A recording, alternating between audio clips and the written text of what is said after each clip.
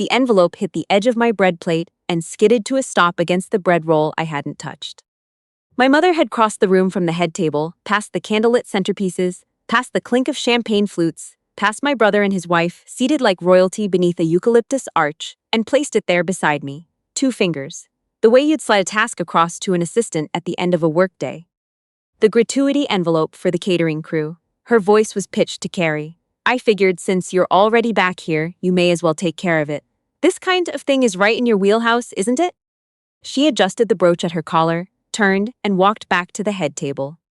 I was sitting at table 11, the last table, tucked against the far wall of the barrel room at Thistledown Estate Winery in Prince Edward County, beside the emergency exit sign and 2 distant relatives who had driven 4 hours from Sault Ste. Marie and hadn't spoken to anyone in the main family since 2019. My place card read, Serena, just Serena, no last name. It matched the laminated cards sitting on the staff's water station. $312,000. That was the number I had calculated 2 Saturdays ago in my Ottawa apartment, surrounded by cold coffee and printed bank statements, running the figures one final time. Mortgage payments, business loans, school fees, hydro bills, everything I had quietly routed through a numbered Ontario company for 14 years. I had fed their lives down to the last detail while they handed me a place card with no surname and seated me next to the exit. I picked up the envelope and set it back down without opening it. My mother was already laughing at something one of my brother's investors had said. Not yet. Whatever happened next would happen on my schedule. If you have ever been the one who holds everything together while being treated like you barely belong at the table, stay with me. Because to understand why I finally let go, you need to see what I had been quietly carrying for 14 years. It was December 23rd, the Christmas before the wedding. My brother was hosting the family dinner at my mother's house in Mississauga, the red brick semi-detached on Erin Mills Parkway that I had been secretly paying the mortgage on since 2010. The payments were $3,340 a month, routed through a numbered company registered in Ontario. My mother thought the arrangement was part of a fixed-term account my late father had set up before he died. She never asked questions. She never had reason to. I drove from Ottawa in freezing rain, 4.5 hours on the 401, arriving at 7:30 with a bruise forming above my right knee from where the driver's seat had been cutting into me since Kingston because the seat mechanism had been broken for 2 months, and I hadn't had time to get it looked at. My brother's Lexus was already in the driveway. My sister-in-law's Range Rover was parked so close to the walkway that I had to angle sideways to squeeze past. I knocked the snow off my boots and let myself in. The house smelled like roast beef and Douglas fir. My mother was in the kitchen, stirring something in a Le Creuset pot she had ordered the week before. I knew because the credit card statement for that account came through the numbered company email. God, Serena, did you have to bring that car? She didn't look up from the pot. Your brother's business partners are coming by tomorrow morning and the driveway looks like a used lot. I had driven a 7-year-old Civic. It ran perfectly well. Move it down the street, she said. Park on Ridgewood. I moved the car. Inside, 14 people sat around the dining room table. My brother's restaurant investors, their partners, sister-in-law's parents up from Burlington, and my niece, who was 6 years old and eating a dinner roll without looking up from her tablet. I was given the chair at the far end, the one that wobbled because a rubber foot had cracked off. No wine glass. The bottle of Riesling on the table, from a Prince Edward County winery I happened to know quite well, having been there for a work retreat the previous autumn, was passed around and stopped 2 seats before it reached me. My mother brought out a cedar-planked salmon and set it in front of my brother with both hands, like she was presenting an award. For the entrepreneur, she announced to the table, the man who built something real from absolutely nothing. From nothing. His restaurant in Toronto's Distillery district had been 48 hours from insolvency in the spring of 2018. Payroll was going to bounce. His head chef had already called a lawyer. I had wired $120,000 through the numbered company to cover the shortfall. My brother thought the money came from an angel investor who had found him through a pitch event on Queen Street West. He told the story at dinner parties. He called this mysterious figure his guardian, which I always thought was an interesting choice of word. The guardian was eating a piece of salmon tail at the end of the table, because the center cuts had run out before the plate reached her. And what is it you do? One of my brother's investors leaned across toward me. He had a friendly face. He seemed genuinely curious. Before I could open my mouth, my mother answered from the other end of the table. Office work, she said pleasantly. Federal government, you know how it is, Stability pension not very exciting. She waved one hand in a small, dismissive arc, the universal gesture for don't bother asking more. She was never the ambitious one. The investor smiled and turned back toward my brother. I reached for the gravy. My mother slid it toward my sister-in-law first. White meat is fine on its own, she said, not looking at me. You're sitting all day at that desk anyway. After dinner, my brother presented our mother with an envelope. A weekend at the Ritz-Carlton in Montreal, spa included. She cried and held him the way she used to hold him when he was small, both arms wrapped completely around him. Then she reached into the pocket of her cardigan and pulled out a small envelope of her own. She slid it across the tablecloth until it bumped against my water glass. Coupons from the Food Basics flyer, she said. The tuna ones are good until February. I clipped the ones for things you'd actually use. She patted my hand once. Don't be ungrateful. Some of us have to be practical. My niece looked at the coupons, then at me. Are you poor, Aunt Serena? Nobody corrected her. That night, back in my Ottawa apartment at 11:30, I sat at my kitchen table with a glass of wine and my laptop open to the trust accounts. 14 years of transfers going back to the autumn after my father died. He hadn't made me promise anything specific, but I had been there the morning the call came from the hospital, and I had been the one who drove my mother to the bank 2 weeks later to understand what the estate actually looked like. There wasn't much. A small RRSP, some Canada Savings bonds, the house with 11 years left on the mortgage. My mother had no idea how to refinance. My brother was 26, and his first restaurant venture was already losing money every month. I was 31 and had just started as a junior Crown Counsel in Ottawa. I opened a numbered Ontario company that same autumn, set up the automatic payments. I told myself it was temporary, just until the family found its footing. I told myself that once things were stable, they would see what I had been doing, and something between us would shift. 14 years later, I was still telling myself that, at a kitchen table in Ottawa at midnight, eating leftover Thai food and staring at a total of $312,000 in outgoing transfers. The tuna coupons were still in my coat pocket. There was a professional dimension to the secrecy as well, one I had used to justify it to myself for years. My actual title was Senior Crown Counsel, Federal Prosecution Service, Department of Justice, Canada. For the past 14 months, I had been leading an organized crime prosecution under a publication ban. My supervisors had explicitly advised me to maintain a clear separation between my professional identity and my personal life. My mother knew I worked somewhere in the legal field in Ottawa. She had decided early on that this sounded almost as dull as office work, and had settled on the latter for social occasions.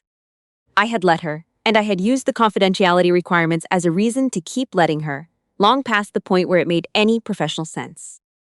The spring came, and with it the wedding invitations, thick cream envelopes, hand-addressed, the kind that cost $3 each. The venue was Thistledown Estate Winery in Prince Edward County, 92 guests. The catering quote alone was $27,000. The deposit invoices had come through the numbered company email. My brother's guardian investor was being called on one final time to underwrite the most photographed day of his life. He had no idea.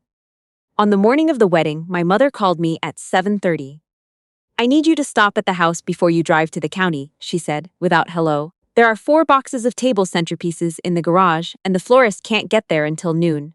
Bring them yourself. And there's a garment bag for the ring bearer, don't let it crease. And pick up Tim Hortons on the way. I'll text you what we want. My card is probably declined again, so use yours. I drove to Mississauga first, loaded the boxes into my trunk, picked up the Tim Hortons order, 2 large double doubles, 1 kid's hot chocolate, 6 Timbits for my niece, a cheese croissant for my brother, $61 and change. I put the bag in the passenger seat and didn't touch it because I hadn't had time to sit down yet that morning. My mother met me at the door in her dressing gown, holding a mimosa, and pointed at my trunk. The boxes had better not shift on the highway, she said, and park at the far end when you get there. Your car will look ridiculous if it ends up near the front in the photos. I drove 2 hours to Prince Edward County with centerpieces shifting slightly in my trunk and cold Timmy's in the seat beside me. I arrived at Thistledown at 11:30 and unloaded everything myself. The event coordinator handed me a seating chart. Tables 1 through 5, family and wedding party, 6 through 9, restaurant investors and business associates, Table 10, friends of the bride's parents, Table 11, my name, listed beside the 2 cousins from Sault Ste. Marie, positioned directly against the back wall beneath the green emergency exit sign. I set the centerpieces on the correct tables. When I reached Table 1, my mother appeared beside me. Not that one, she said, taking the arrangement from my hands. Let the florist handle the front, you can do the back tables. During the cocktail hour, she moved through the guests the way she always did. A hand on someone's elbow, a laugh that arrived exactly on cue. I watched her introduce my brother to a group of men I recognized as developers from the Richmond Hill area. "My son," she said, and the warmth in her voice was so complete it was almost beautiful. "Built his restaurant into something the whole city knows, from absolutely nothing." One of the developers noticed me nearby and smiled. "And this is?" "Serena," my mother said before I could speak. "She handles administrative work for the federal government, very steady." She touched the man's arm lightly. "Some people are built for the big vision, and some are built for the support structure. Every family needs both." She gave a soft, affectionate laugh. He laughed with her. He turned back toward my brother. I found my seat at table 11. My brother's toast was 14 minutes long. He thanked the venue, the guests, his mother, the woman who gave me every advantage and every confidence I would ever need. He thanked his wife's family. He thanked his investors. Then he paused, holding his champagne flute, and looked out over the room with an expression of practiced sincerity. "There's someone I've never been able to thank properly," he said. "An anonymous investor who appeared when my restaurant was on the edge of closing. I've never found out who you are. But if you're in this room tonight, you changed everything." His gaze swept the barrel room. It passed over table 11 without stopping. I was the anonymous investor. I was eating a dinner roll alone at the back table, next to the exit sign, listening to him toast a version of his life that had edited me out entirely. My niece came and found me during the salad course. She was 7, wearing a flower crown that had begun to list sideways, and she climbed onto the empty chair beside me and helped herself to my bread roll without asking. "Mommy says you live alone in Ottawa and you don't have a nice car," she said. "That's true," I said. She considered this with genuine seriousness. "She says you're not as successful as Daddy, but that it's okay because not everyone can be." She said it the way children say true things, without any awareness of the weight behind it. Just a fact she had been given, offered back to me without a wrapper. "Do you think that's okay?" I asked her. She thought about it. "I think Daddy's lucky," she said finally. Then she slid off the chair, took the bread roll with her, and went back to the head table. Not one person there told her she was wrong. If you have ever sat in silence while someone who exists because of you lets their child describe you as a failure, stay with me, because I am going to show you exactly what happened next.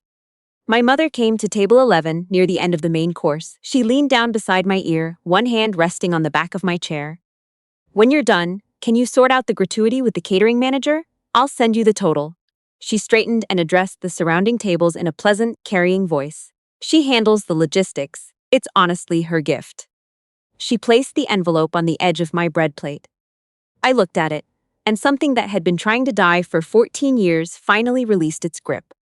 I did not reach for the envelope. I did not lower my eyes. My shoulders pulled back. My spine settled into an alignment I had learned to maintain in rooms far more hostile than this one. I stood up. At that moment, the main doors of the barrel room opened. 2 RCMP officers in red sarge entered, the full dress uniform, every brass button in place, Stetson hats perfectly level, and behind them walked Director Caroline Ewan. Director of Federal Prosecutions, Department of Justice Canada. 61 years old, silver hair, in a clean bun, the kind of legal authority that had taken 29 years to build and was visible in the way she moved through a room. She had once told a gathering of federal judges that she had never worked with a more precise legal mind in her career. She had been my direct supervisor for 6 years. She walked straight to table 11.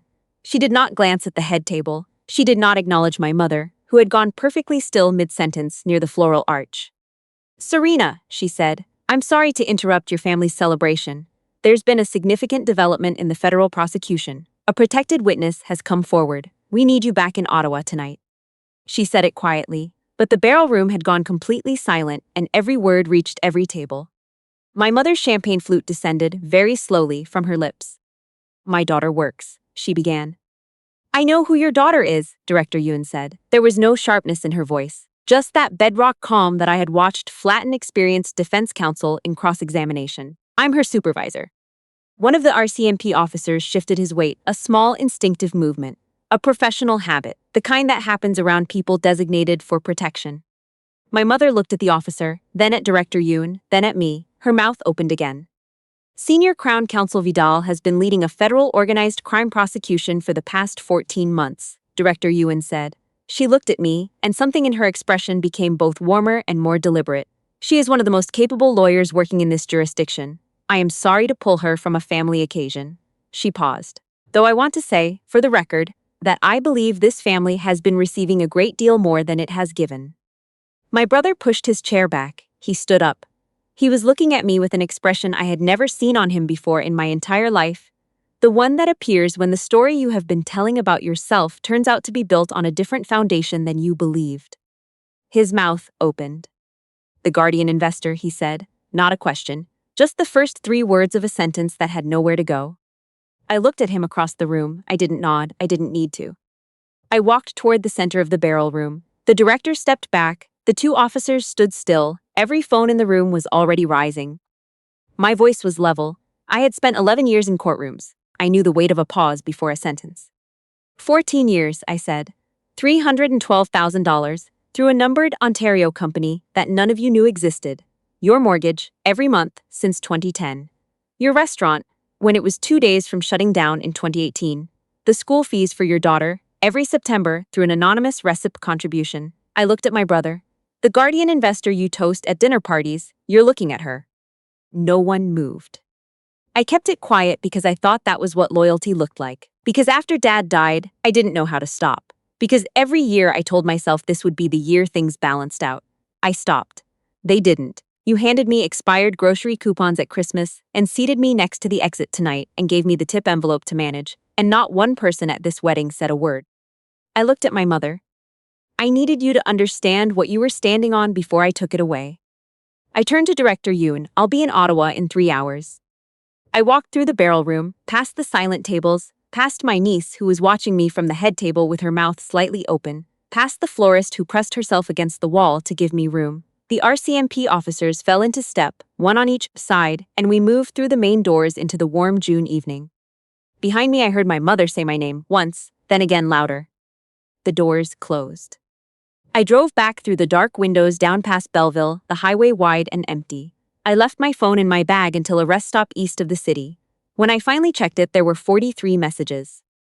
My mother's ran from fury to desperation in the space of 11 texts. How dare you humiliate this family shifted by text 8 to I didn't know. Serena, I didn't know. My brother had sent 2. Is it true? And 18 minutes later, I need to talk to you. My sister-in-law had sent nothing. I put the phone back in my bag and ordered a black coffee at the Tim Hortons counter and drove the rest of the way to Ottawa. 3 days later, I opened my banking application and closed the numbered company accounts. The mortgage payments stopped. The school fee transfer was canceled. Whatever they arranged from that point forward would be their own arrangement. 4 taps, 14 years unwound. My supervisor called that afternoon, not about the case, which had gone well, about me. You've never talked about your family, she said. No, I said. The way you stood in that room, she said. I've watched you cross-examine career criminals without losing your footing, but that was different. I looked out my office window at the Ottawa River gray-green in the June afternoon. It's easier, I said slowly, to stand up for other people than for yourself. You can practice it professionally for years and still not know how to do it at home. She was quiet for a moment. I know, she said, but you did it, that counts. 6 weeks after the wedding, my mother called to say a notice had arrived from the bank. The mortgage payments had not come through. She was 2 months behind, and she didn't understand what had happened to the arrangement. I drove to Mississauga on a Saturday morning. She was in the kitchen when I arrived. She had put out the good cups, the ones she used when company came, and made tea. She looked smaller than I had been allowing myself to notice for years. I didn't know it was you, she said. I know, I said. If I had known. Would you have acted differently? She looked at the table. The silence lasted long enough to be its own answer. Maybe, I said. Or maybe it would have been exactly the same. I'm not sure it matters as much as what happens now. She looked up. Her eyes were wet, but she was holding it back the way she always had, the way she had raised me to do the same. What happens now, she said. You work out the mortgage, I said. There are options. A financial advisor, refinancing, a basement tenant. There are ways through this that don't go through me. And us? She said. I sat down across from her and wrapped my hands around the teacup. The ceramic was warm. I don't know yet, I said honestly. What I know is that I spent 14 years keeping your life together while you told your friends I shuffled paper. I know your granddaughter told me at the wedding that her mother says I'm not successful, and nobody at that table corrected her. I know I sat next to the exit sign and told myself it was fine. I paused. It wasn't fine, and I'm done pretending otherwise. She nodded, very slightly, as if the motion cost something. I'm sorry, she said. It came out thin and uneven, like something said for the first time after a long silence. I believed it, not entirely, and not without knowing it was also fear speaking, but enough to acknowledge it. I know, I said. I left the house key on the table when I stood up. I hadn't decided yet whether I'd come back for it. I drove home to Ottawa on a clear August afternoon, the highway open and dry, the sky larger than it ever seemed in the city. Past Brockville, the landscape flattened, and the river appeared alongside the road, and I thought about something Director Ewan had said almost quietly near the end of that call. The people who carry the most are usually the last ones to allow themselves to put it down. I was going to work on that. The Ottawa skyline came into view in the late afternoon, the Peace Tower catching the last of the western light, the river spreading wide below the bridges, and for the first time in 14 years I was driving home without calculating what I owed to anyone else. The numbered company was closed. The accounts were settled. Whatever I carried now, I had chosen. That felt, I realized, remarkably like being free.